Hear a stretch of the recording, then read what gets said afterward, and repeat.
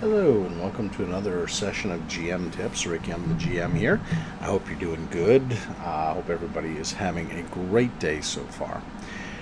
So, I wanted to hit on, and this is maybe a rehashing of older videos I've done, but as time has come, and as you know, as you spend more time doing what you do and honing your trade, you get a little more wisdom and insight, and there's often at a different place than where you started. So I'll say this. We're going to do one that discusses how to design a campaign and how to run a campaign. Now this video is going to be a little larger.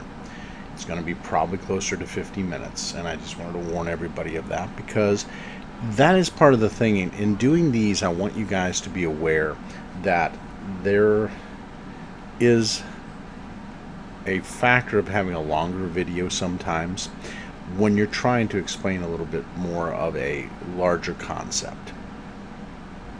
So how do you go about designing a campaign? I think the first area you got to start is, do you have enough time to do one from the ground up, or what they call a sandbox? Sandbox is a term that's thrown around, and sandbox generally means a campaign that is 100% designed from scratch. These can be fun, don't get me wrong. A sandbox campaign has its pluses and has its real merits. But I will say this to you as a beginning DM or GM. If you're getting into doing this, please don't start here. I think if you start with a sandbox campaign in mind when you start running campaigns, and it's your first time, I would say within your first year or two of DMing or GMing, whichever one you want to term, please don't do that to yourself, because number one, it is a very daunting task at best. Ask experienced DMs and GMs about designing a sandbox campaign, and if they already don't have a world that they've designed, ask them how long it took them to come up with all the concepts for their world. And I will say this now, there are tools like World Anvil and some other things. So we'll talk a little bit more, but sandbox can be daunting. Number two, a modified campaign. That means you take a setting and you modify parts of it to what you want it to be. So it could mean you bring in Pathfinder materials to D&D if you like some of their adventure paths and you want to integrate them into an existing world or setting, you can do that. You can take an existing world or setting or campaign and modify it to your various needs. Sorry, let me shrink this down. So as you can see here, there are several different campaigns I have here in my Roll20. Eberron is one. The Southlands is another. Van Richten's Guide to Ravenloft is another. Saltmarsh, which can either take place in Greyhawk or in Faerun, is another. The Ten Towns Rime of the Frost Maiden is another. So as you notice here, I've got at least 5 different settings and campaign worlds that I have worked with. Now in Pathfinder, I tend to stay to the Paizo end of things because I like Golarion. I like how they've done it and how rich of a world it is. It can be adapted to D&D, so just keep that in mind. So there's a lot of material out there. What are all the existing world campaigns you can modify? Well, there's the Sword Coast or Faerun, or Toril, as the whole world's known. There's Eberron, which is the world of Eberron. There is Greyhawk, which is one of the first worlds that was invented by Gary Gygax back in the day. There is Ghostwalk, which is another campaign that was come up with. Of course, there is Ravnica, which comes off of the card game Magic, the Gathering, which all of you know. There is Strixhaven. There is Theros. And then you get into like the Southlands. There are several campaigns that are done by Frog God Games. They have their own world, as does Sword and Sorcery have their own world. And there's also, God, what am I forgetting on here? Oh, of course, there's Dragonlance. So there's Dragonlance, there's Planescape, and then there is Dark Suns, which is another world setting, which was done back in 2E that has been somewhat third-party modified into a campaign. So there are a lot of different settings you can pick. You can pick the one that best suits what you want to do. So take some time and research these. Take a little bit of a dabble. Read some articles. Go out to Pinterest and some of these other places where they post up about it, and Reddit. And take a look at other people's thoughts on these different campaigns. The great part about it is you can make these yours. So just keep that in mind. The third method is just taking the straight material and working with it, and that's okay too. And I suggest this to the DMs and GMs that are starting out, because when you start into a campaign and designing it, you may want to take small bites in doing it. You can take an existing world and you can still put in your flair or your module or your campaign or design it to your needs. But just keep this in mind. That is the very first step that I believe you need to do, is decide on what method and how you want to come up with the world setting. All right? We'll get a little bit more into doing this now, but I think the second thing is, what do you want your campaign to be? What type of setting do you want it to be? Do you want it to be a horror-based setting? Do you want it to be high fantasy setting? Do you want it to be a low magic, high medieval setting? Do you want it to be a more modernized part of that world? In other words, you're well ahead of the curve and you're taking it into a new era in that world. Or do you want to go post-era? So go back to one of the original eras that was of that world, that was an older era. Do you want it to be a mystery? Do you want it to be politics and world building? Each of these has their own flair to them. Do you want it to be a tragedy? Do you want it to be a dungeon crawl? Each, again, has a different set of focus. And when you determine that, you got to take a look at, what do you want? There are a lot of great settings, and believe me, there are going to be many more. Like, I know that Dariush and Anthony are coming out with their setting, with their Side Quest Press, where they're going to be doing a real interesting setting that has a Persian / Mesoamerican flair. I like that. I know that some of them have done some really dark Holocaust flares that have been on Kickstarter.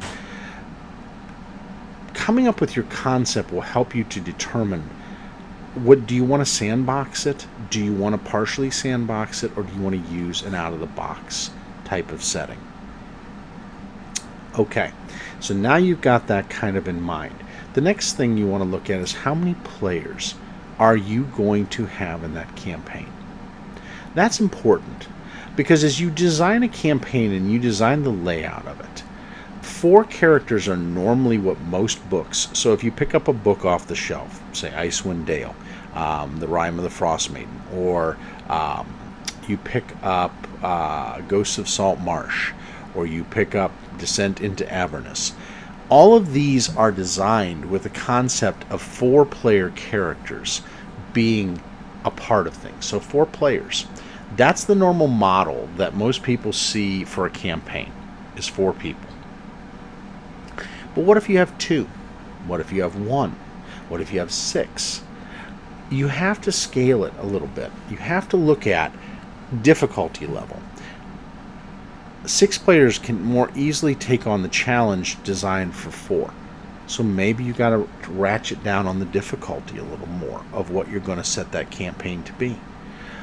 3 players are a little bit, will find a 4-player setting pretty hard and challenging. So you may want to scale it back some.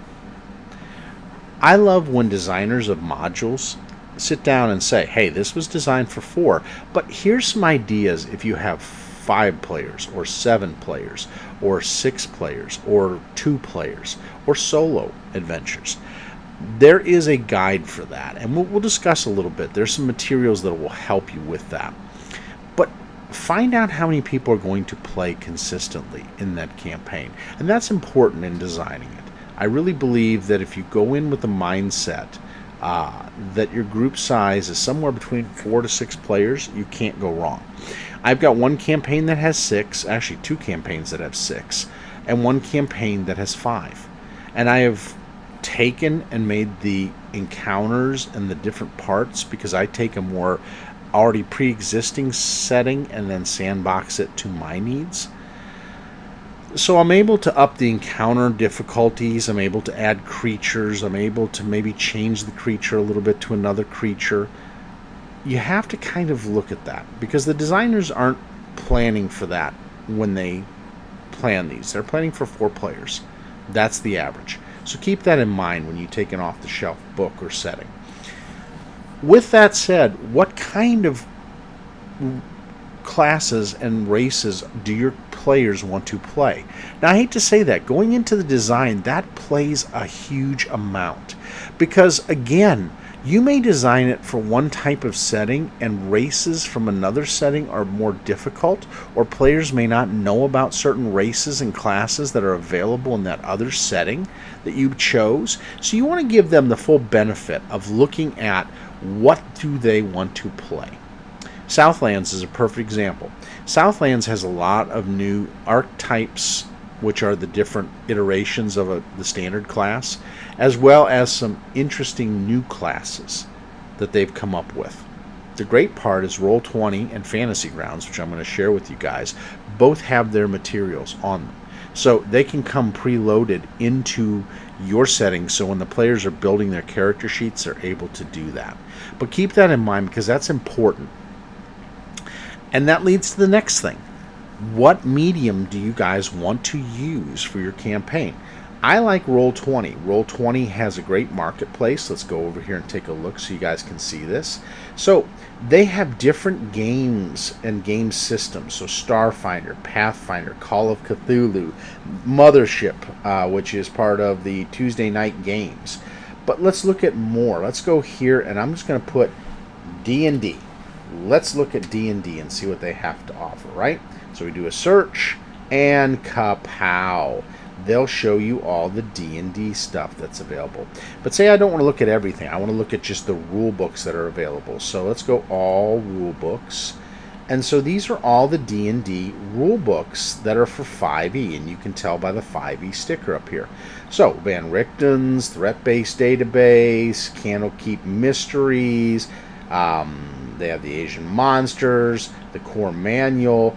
But okay, let's go into and just take out the D&D, and we're going to look at just rule books. So here are all the different ones. There's Southlands for D&D. Isn't that great? A player's guide, and you can get the whole bundle, which has modules in it for a campaign. DM Dave does a ton of stuff, a ton of material. The Survivalist Guide to Spelunking. So if you have some underground, underdark adventures, this is a must-have. So as you can see, they have lots of materials here that you can use. There's 11 pages worth. And the great part is once these load in, then the character sheets you use will have that information available for your players. And you can select which ones you want them to use. So say you don't want them to use Southlands, but you bought it because you might want to run it later on. You can say, nope, they don't get those books and those spells. That's pretty cool. So you can limit it.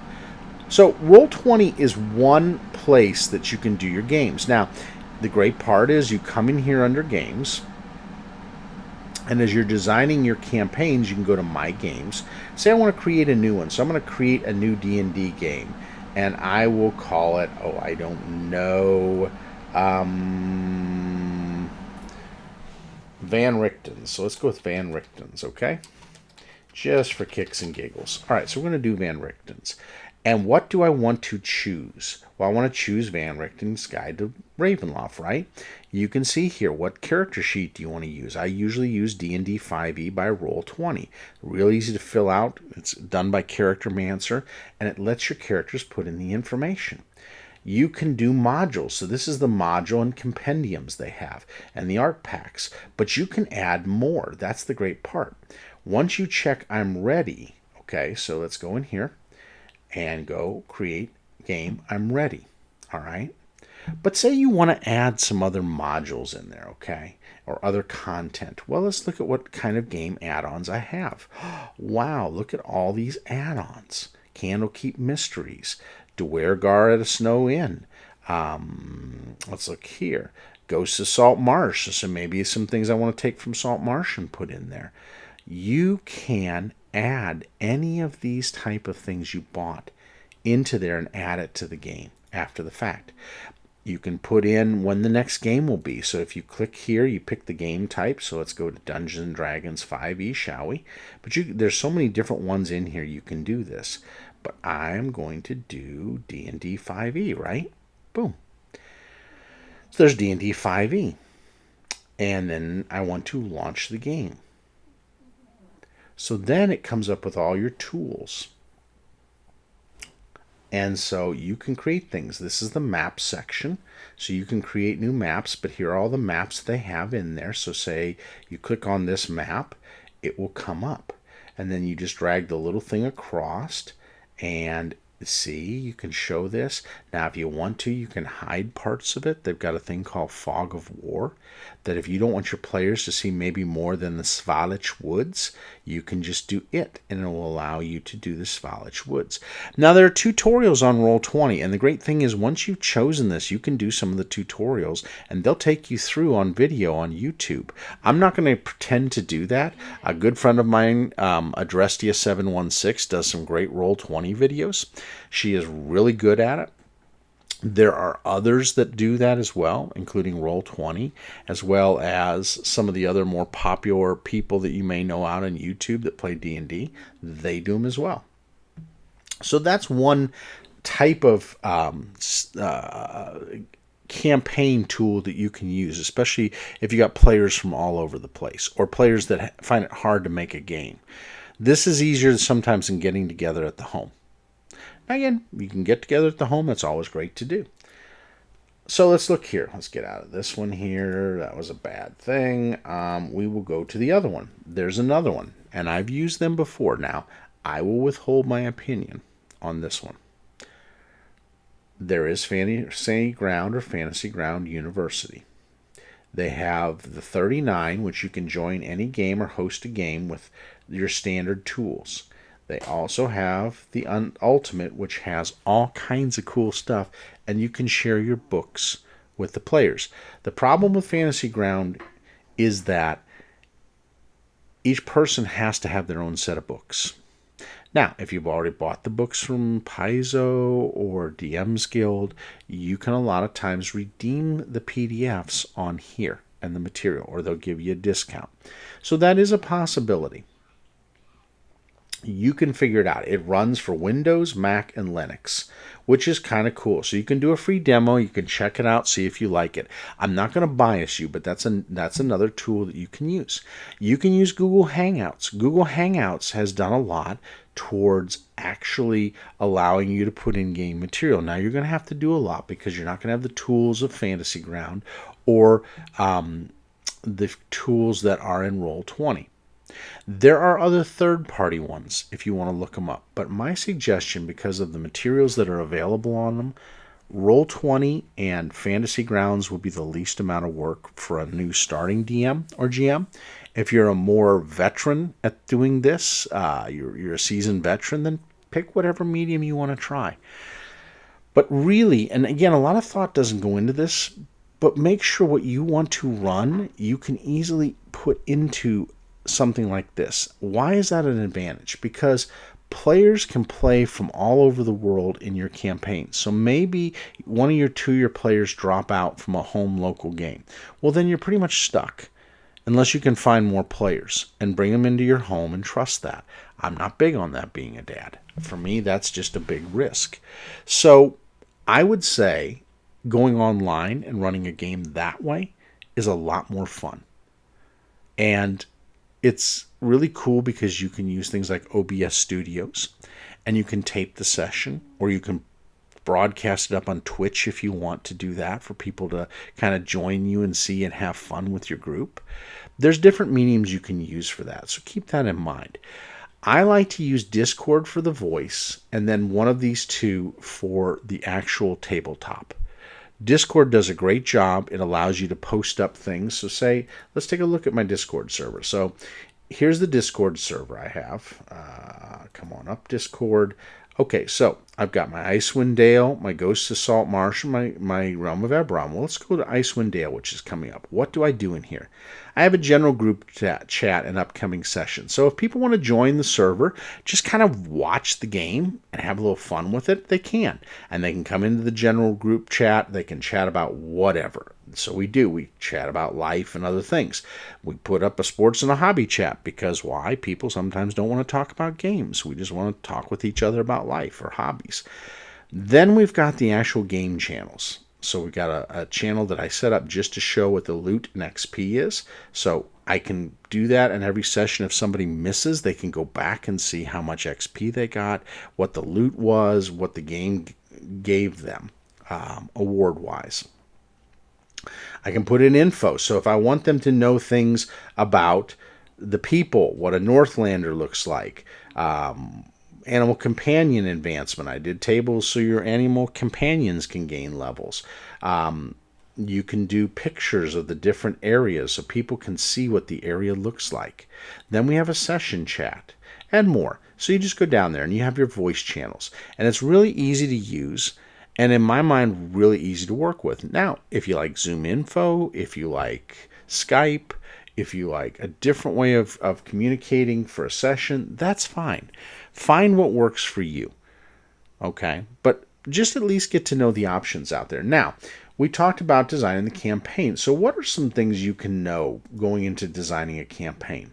Well, they have different kind of books and codexes. So for instance, if you want to do a kingdom-based campaign where people are kingdom builders, they have a thing for that. This was done out of a Kickstarter called Ultimate Kingdoms.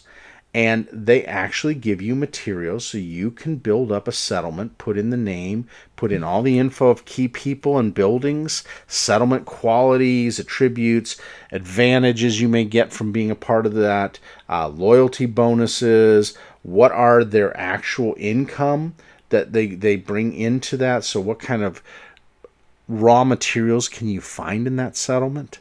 These sheets are invaluable for you as a DM or GM because when you do this, look at this, magical improvements, notable NPCs, military units, you can turn around, and we'll zoom in a little bit more so you can see some of this, your building's name, when it was completed, so you can lay out how it looks. Are there any water borders to these buildings?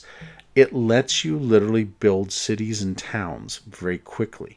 This is great for a sandbox or for a campaign that's already prepared that you want to sandbox a little bit and modify. This will let you do this. So it's a great material. So the Ultimate Kingdom Builder, and I'll go down here and see if I've got it for you guys to see.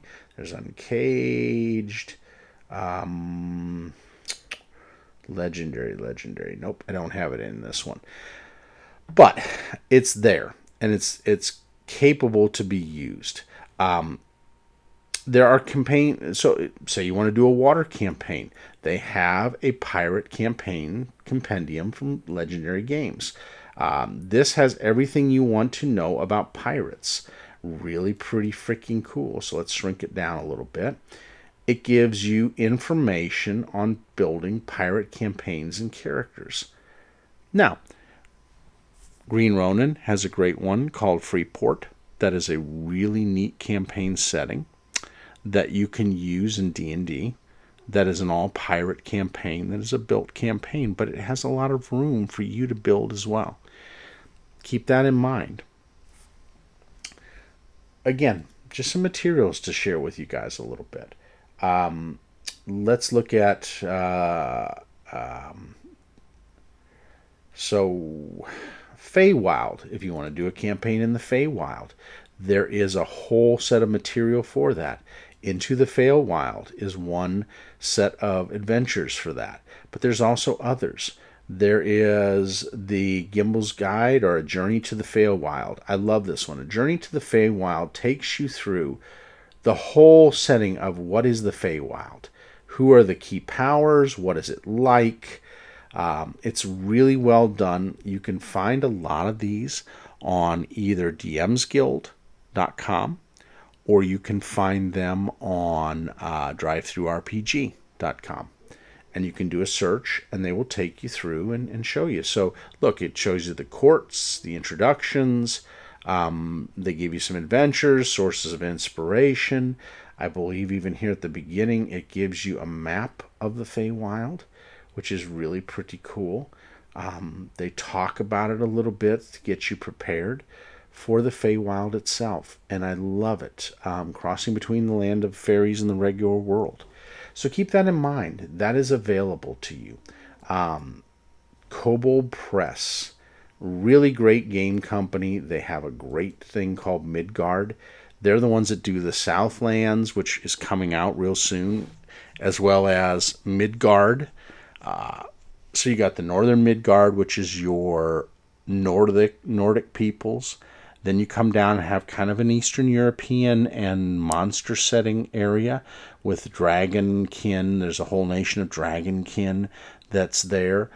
And you also have the Southlands, which is more of your Africa and Persia and Asia and Egypt.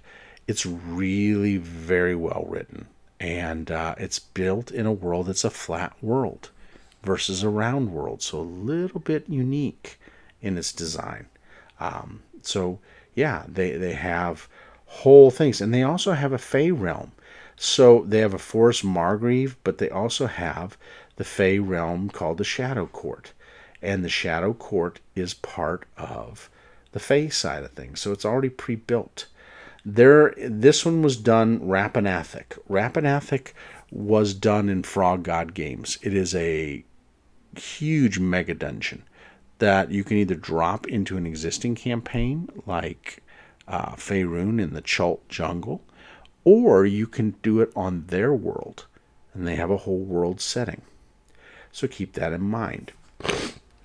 So no, there's a lot of aids out there that can help you with this and building this. As is with Eberron, there is the adventures or the different guides to Eberron that is out there. The Eberron campaign setting. There are the different things of Eberron that you can get for it. It's a steampunk setting. It's very interesting. Sandy Peterson Games has some things as well. They have several worlds that are Cthulhu-esque adventure worlds, that are fantasy worlds, that have whole campaigns for them with more of a Cthulhu flair to it. So if you like a horror campaign, it's a great one for that. Or if you want to go around the planes, the Codex of Infinite Planes, you can build a planner adventure and take your characters out into the multiverse of the wonder and the planes. So keep that in mind. This is a whole one done by Dave Colson, and it was done on DM's Guild, and you can get it for a fairly reasonable cost. Part of this is I want you to know the materials that are there for you to build these campaigns. Okay, so where are we? We are now about, only 30 minutes in. So let's get a little more deep. Take a break, go get yourself a cup of coffee here, maybe pause for a minute, and let's then prepare our mind for the actual design work that has to happen. Taking a drink of my coffee. Oh, I love my Geek Grind coffee. I'll just say that. Geek Grind rocks. If you haven't seen them, geekgrind.com. Smoothest coffee you will drink. Smuggler's is also pretty good, but I like my Geek Grind. I'm sorry. They were the first ones I was introduced to, so I kind of a little biased. But I also like Smugglers sometimes. They do a good coffee too. All right. So, what do you need, or what do I recommend for you for a campaign to design it? Number one, get yourself a journal. You need a journal book. Journal books aren't that expensive. They have one that you can get either on Amazon, or you can get on third-party sites, or you can just pick a nice book that you would like be a writing journal for you. That's going to become your place for notes and updates. So, take that journal and lay out several things. What kind of setting are you going to do? Is it going to be a steampunk a high adventure, a high fantasy. And what I mean by high fantasy is lots of spells, lots of swords and sorcery. Low fantasy, so in other words, low magic in it, but it's still kind of a medieval setting. Is it going to be out in the stars? Do you want to do one where they're doing a actual wind ship that sails across the universe? You could do that. One that goes across the plains. You could do one that's set on a particular plane, so maybe like the plane of fire, and do one with the Afridi and the city of brass. You could do that.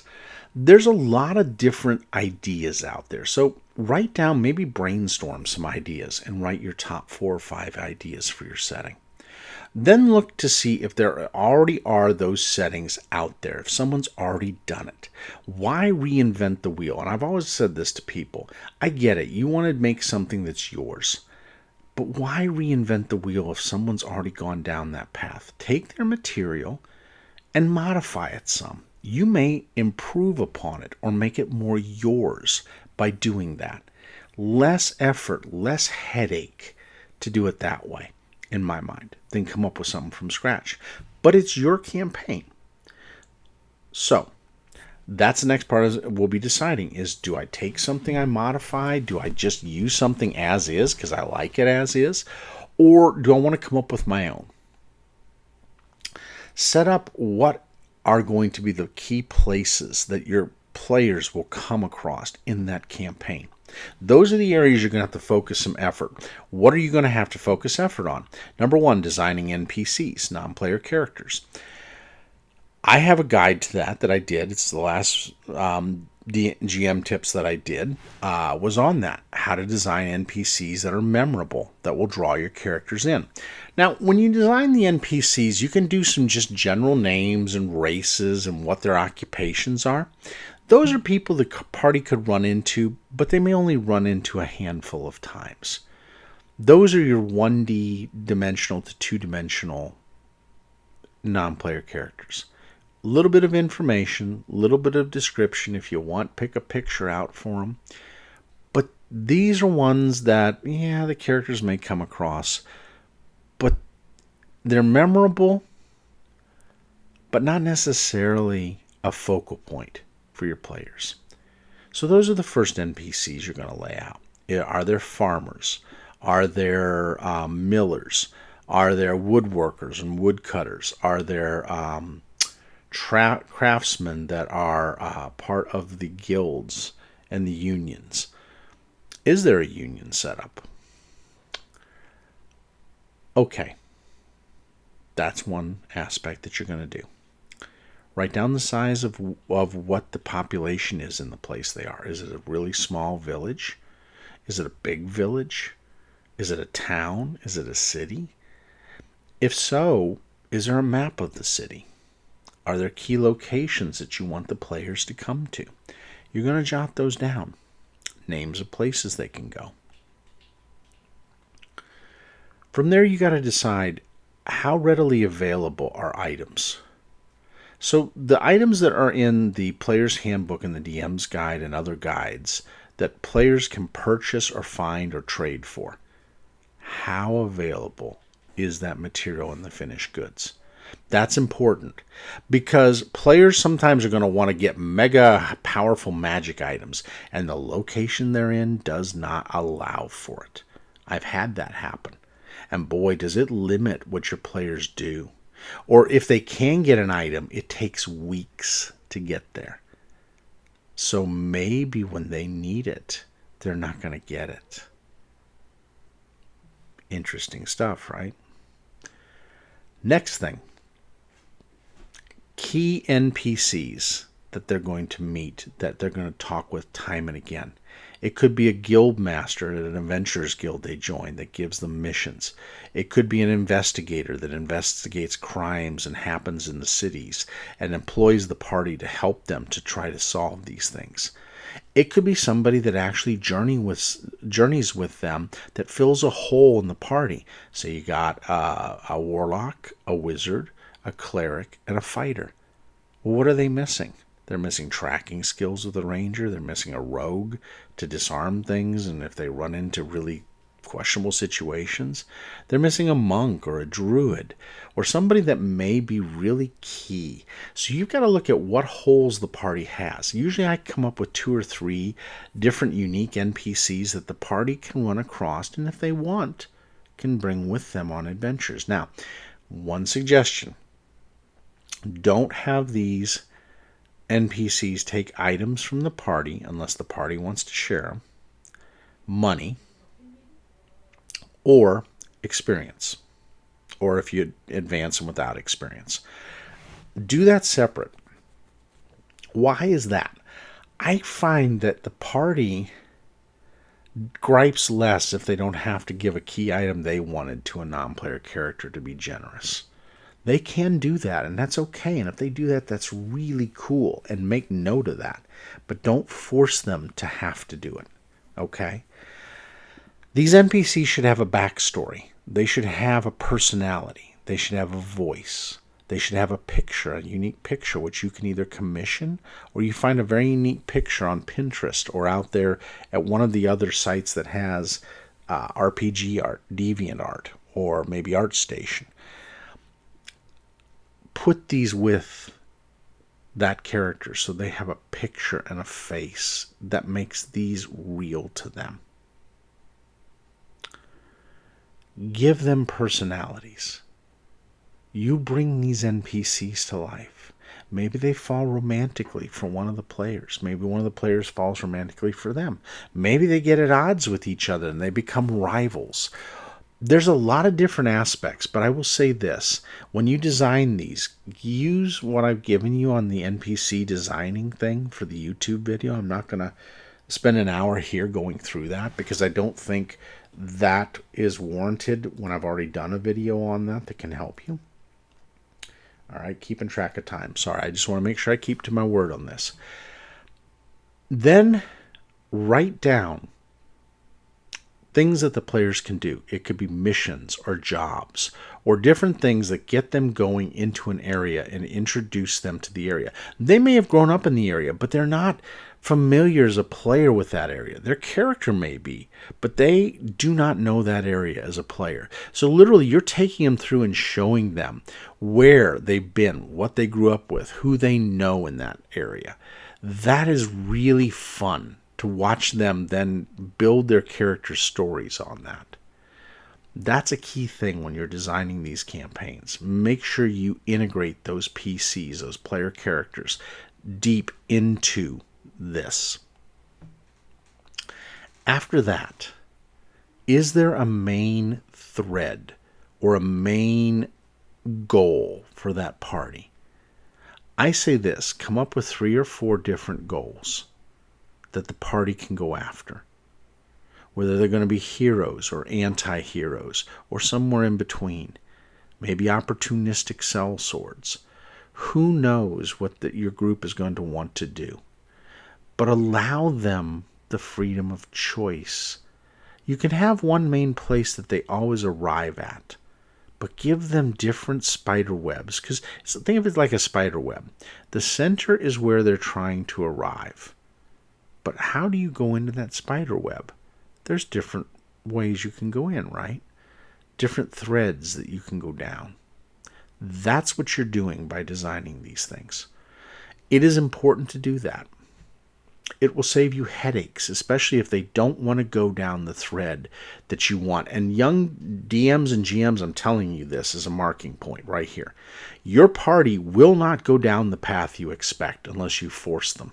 And that's something you don't want to do. It will create a very unhappy experience for the players. Give them multiple ways to come into the web and work their way to the center. They will be so much happier by you allowing them choices of where they can go. The more choices, the more fun. So keep that in mind. Even with a set adventure like Icewind Dale, my players have been all over the map.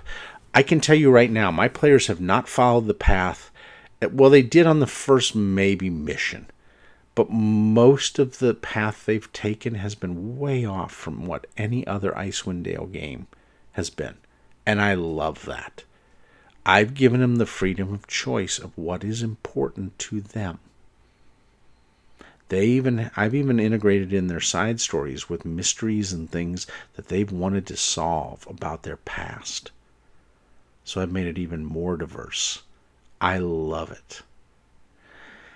There's so much you can do with a campaign, and keep that in mind. Okay? Make sure you talk with your players ahead to see if there's any needs they have. I emphasize this time and again in every video, and it's important. Understand your players' needs. Don't call them out. Just say overall, hey, guys, if you got specific needs, either shoot me a DM on it or send me a message, an email. Let me know what you want to see in the campaign to make it a better experience. If you know one of your players has trouble seeing, automatically put in larger maps and materials, blow things up so that they can easily see it. Yeah, it might be a little annoying to other players, but you're taking into account their need and their ability to read. If they can't read, then maybe have more going on audio-wise to help them. Braille, different types of things that will help them with their experience. You want to make sure that your players' needs are met. Okay, so now you've started to get all this together.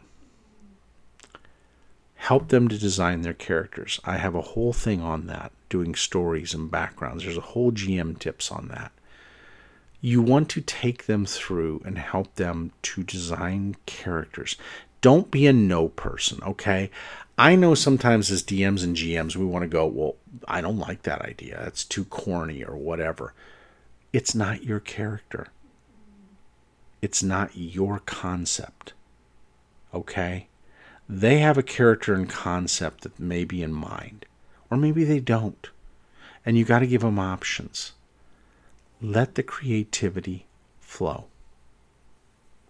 Yes, sometimes you have to scale back how powerful, but at least just in the beginning. As they go along, they'll grow up and get more powerful, and it's okay.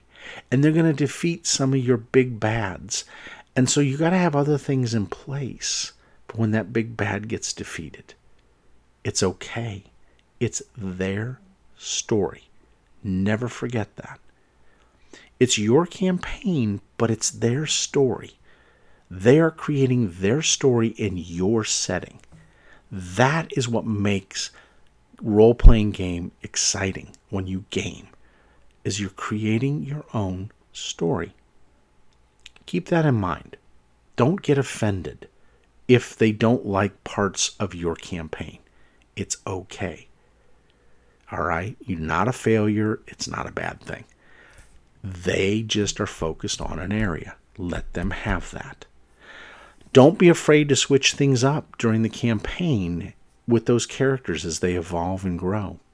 Maybe the current storyline gets a little boring for them. So then you have to throw a little flair. Ghost of Salt Marsh is a perfect example. I have a group going through it. We had a breakdown with some of the players. We had a kind of a bad situation. The players were trying to re-get their feet under them. So I introduced a gateway to Van Richten's. They're in the realms of dread now. They are so excited. They're at a carnival that they know nothing about, but their NPC kind of knows a little bit, and they're getting all excited about it because this is a cool new place they've never been. Don't be afraid to do that. It's okay to switch a little bit of the setting now and then. It revitalizes the players and the characters. So keep that in mind. Let them take their paths in these things. All right, so finally, and this is the most important part, I think, when designing a campaign. I believe it is the pinnacle, and I will end that, and we'll end around 48 minutes. At the end of the day, if your players are talking about your session afterwards in a good way, and they're trying to figure out the next step, and you've left them at a little bit of a cliffhanger, and they're really excited about the next session, you are succeeding as a dungeon master or a game master. At the end of the day, you want them to want to keep coming back. That is the biggest key to designing games and campaigns, game campaigns.